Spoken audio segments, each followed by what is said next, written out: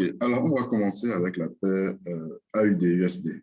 Alors, vous avez remarqué que les 2 dernières semaines, et les 3 dernières semaines, je crois, hein, de décembre, je n'ai pas fait de revue, bon, parce que le marché, vraiment, c'était pas ça. Il n'y avait pas vraiment de volatilité. Les investisseurs étaient en congé et tout, donc c'était pas, oui, je vais faire le Nasdaq. C'était pas trop ça sur le marché, d'accord? Donc, on va reprendre. Comme je l'ai dit, vous avez à l'écran le graphique de l'AUD-USD. Alors, ce graphique, je vais d'abord aller en daily, vous allez voir. Nous sommes dans une tendance baissière. La grande tendance, en fait, la grande tendance de fond, elle est baissière. D'accord, la grande tendance de fond, elle est baissière, même si le prix n'est plus reparti, tester cette droite depuis, en tout cas, depuis pas mal d'années, hein, depuis 2013 et tout. Mais il ne faut quand même pas oublier que cette droite-là va peut-être peut toujours jouer son rôle. D'accord?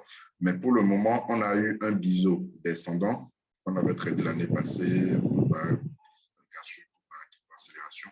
Donc, le prix est revenu tester ces zones de résistance devenues maintenant support. D'accord? Donc, mais on va toujours quand même rester dans le sens de cette dernière tendance que nous avons ici. On va considérer ça comme la tendance de fond. Déjà que la tendance de fond, réellement, c'est une tendance baissière et tout. Donc, on va considérer cette tendance. Donc, nous avons un biseau d'élargissement ascendant ici. D'accord?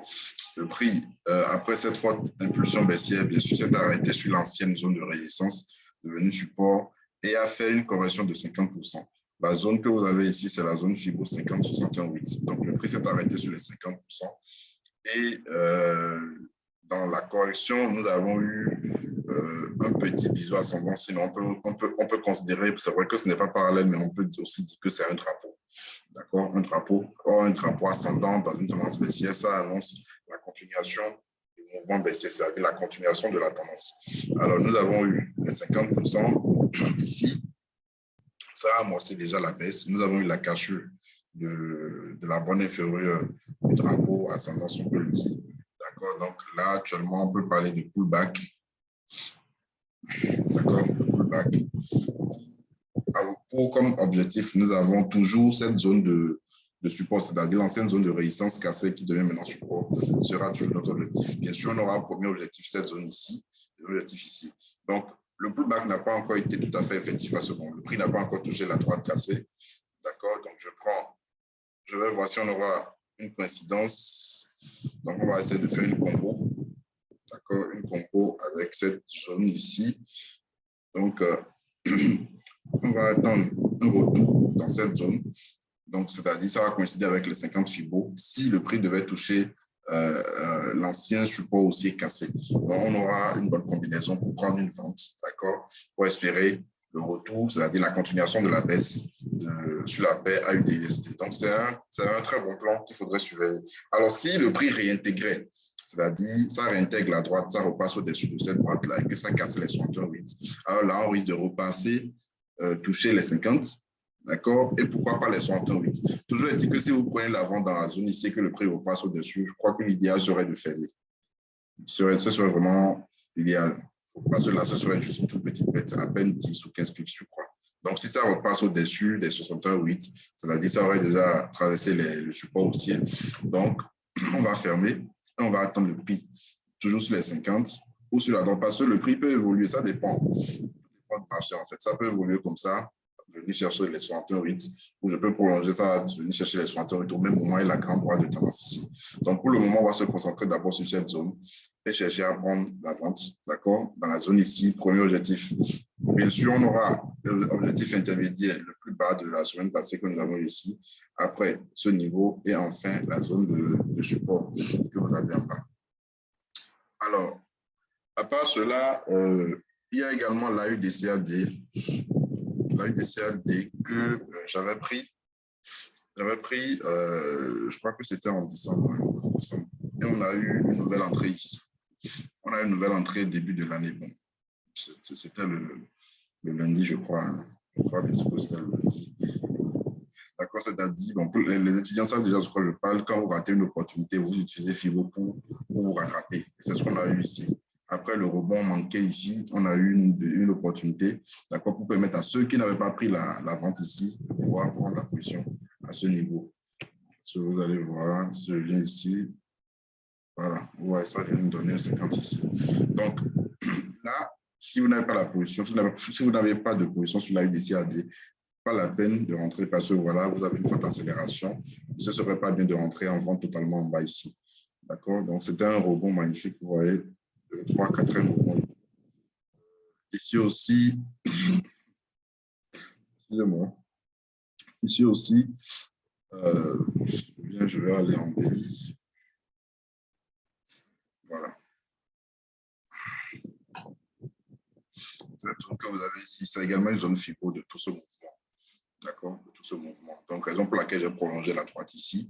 Le retour peut coïncider, d'accord. Le retour dans la zone peut venir toucher cette droite et nous donner un point d'entrée. C'est possible aussi. C'est possible. Donc, c'est pour ceux qui n'avaient pas pris de vente. On va simplement attendre le retour du prix dans la zone pour voir comment ça va réagir. Et l'idéal serait vraiment la droite ici. D'accord? On retourne sur la droite ici. Ça pourrait nous donner un point d'entrée à l'achat. Voilà, comme ce que vous avez eu, rebond, rebond, 3e rebond. Donc, on peut avoir un 4e rebond ici également. Donc, tout dépend du marché. Alors, à part cela, donc là, ça fait AUD-USD, AUD-CAD. Vous avez également l'euro GBP. Alors, l'euro GBP, on risque d'avoir un très bon swing, si on peut le dire. D'accord? Parce que nous avons une zone de support majeur qui est en train d'être touchée. Vous voyez, rebond, rebond, rebond, rebond. Et là, c'est en train de revenir sur cette zone. Alors, pour le moment, il y a cette droite qu'on peut déjà utiliser, c'est-à-dire sur lequel on peut déjà jouer. Ce support qui passe par les creux ici, descendant, on peut déjà chercher à jouer là-dessus. Alors, on a déjà eu le rebond. Alors, le truc, c'est quoi? Le truc, c'est que le prix peut repasser en dessous. D'accord, raison pour laquelle on a tracé cette zone de résistance ici. Donc, au cas où le prix reviendrait en dessous, nous allons attendre simplement le prix en bas. La zone des 0,82, 73, 0,83, 0,4. D'accord, on va attendre le prix dans cette zone. Et si possible, pourquoi pas attendre un rebond sur la droite ici. Parce que voilà, là, ce serait vraiment une très bonne entrée. C'est-à-dire on aurait pris l'achat totalement en bas, en fait. Et vous savez bien que c'est ce qu'on cherche souvent. Voilà. D'accord, maintenant, si le prix doit continuer la hausse, puisque nous avons, on ne peut pas ignorer cette droite. Voilà. Vous voyez, ici et ici. On ne peut pas ignorer la droite là. Donc, et vous voyez que le prix arrive réellement du mal à casser la droite. Depuis un bon moment, ça ne fait que des subgassants. On a un petit range. Donc, vous avez cette zone. D'accord? Cette zone de résistance qu'il faudrait casser. C'est vrai, on a eu un petit biseau descendant. Donc, il faudrait qu'on casse cette zone, si possible, pullback, pour rentrer à l'achat. On a déjà eu le rebond et tout, mais on ne peut pas rentrer ici. Déjà que le prix fait du surplace et tout. Nous allons attendre la cassure, si possible, un pullback pour rentrer à l'achat là-dessus, pour espérer une accélération haussière, d'accord, sur l'euro GBP. Voilà. Donc voilà, d'accord. Là, ce sont des plans vraiment que je vais réellement surveiller. D'accord, c'est pourquoi je suis en train de parler de ça avant de venir sur les paires en USD. OK, donc là, on vient de parler de l'euro GBP. Je vais partir maintenant sur le GBP USD. D'accord, donc là, le GBP USD est également en train de nous donner un très bon point. Vous avez un biseau descendant. Bon, ce n'est pas si parallèle que ça pour qu'on parle du canal. Voilà. Maintenant, si je ramenais la droite ici, bon. Voilà, il faut que ça va être débordé et tout. Donc, je garde ça comme ça, sous forme de canal. Un instant. Voilà. Donc, on a ce canal descendant.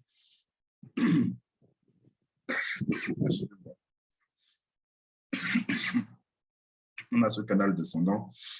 D'accord. Et je crois que j'avais envoyé ça avant les fêtes. Si vous vous rappelez, les derniers graphiques, c'est-à-dire les dernières captures d'écran qui ont été envoyées dans le canal, c'était sur l'euro et le GBP USD et sur l'euro USD, je crois. Mais il y avait GBP USD dedans. Et un achat avait été pris ici, 0,32 €. D'accord. Ça avait été pris ici. Voilà. Donc, on est sorti sur les 50 FIBO. 50 FIBO de mouvement baissier que nous avons réussi. Donc, on est sorti ici. Puis, on avait aussi cette résistance ici. Donc, on est sorti là. Alors, là, actuellement, le prix est en train de venir chercher. D'accord. Bon, déjà que nous sommes sur les 61,8 aussi, donc c'est aussi un bon point. On a déjà eu une première baisse et tout, mais le prix est revenu. Donc, voilà. Le prix est revenu sur ce support aussi, en fait.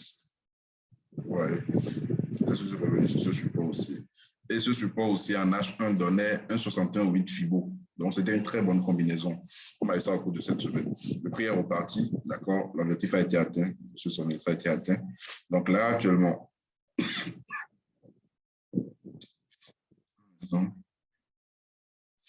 voilà. Donc, on a ce petit biseau ascendant. Donc là, nous allons attendre la cassure. Bon, toujours est-il que nous allons voir comment le prix va réagir sur la bande supérieure du canal. D'accord? Pour voir si on peut prendre une vente là-dessus. C'est-à-dire, une fois le prix sur la résistance baissière, nous allons étudier comment prendre, si on doit prendre une vente. En plus que voilà, nous avons la bande supérieure de ce biseau ascendant. Donc, ça peut également nous donner un bon point d'entrée à la vente. Ceux qui veulent réellement être prudents, ils peuvent se dire, bon, j'attends la cassure de ce support aussi avant de rentrer. C'est possible. Mais ça dépendra de la configuration qu'on aura sur le support aussi, sur la résistance baissière. Maintenant, si ça cassait la droite là également, on aurait un retournement. D'accord? On aurait un retournement et notre objectif serait cette zone-là. Donc, c'est également un plan important à surveiller. Voilà.